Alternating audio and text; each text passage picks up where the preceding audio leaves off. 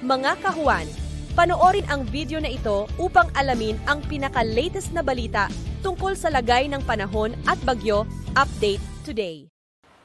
Narito ang ating latest satellite image kung saan ang easterlies o yung mainit na hangin galing karagatang Pasipiko ang nakakaapekto sa ating bansa. Nakikita nga rin natin, based sa ating satellite image, na halos wala ngang makakapal na kaulapan dito sa landmass natin. Kaya asahan nga rin natin na posible magpatuloy pa rin ang fair weather condition throughout the day. Pero may mga tsansa pa rin ng mga localized thunderstorms. Sa kasalukuyan, wala naman tayong minomonitor na low pressure area or bagyo sa loob or malapit sa ating Philippine Area of Responsibility.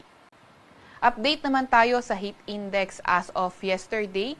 Ang pinakamataas na naitalang heat index sa Metro Manila ay umabot sa 33 degrees Celsius.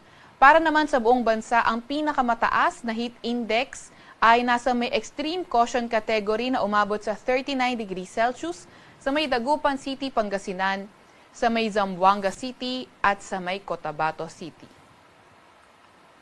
Base naman sa pagtaya ngayong araw, ang heat index sa Metro Manila ay posible maglaro mula 33 to 35 degrees Celsius. Sa buong bansa naman, ang heat index na pinakamataas ay posible pa rin sa may Zamboanga City at Cotabato City na posible ngang umabot ng 40 degrees Celsius.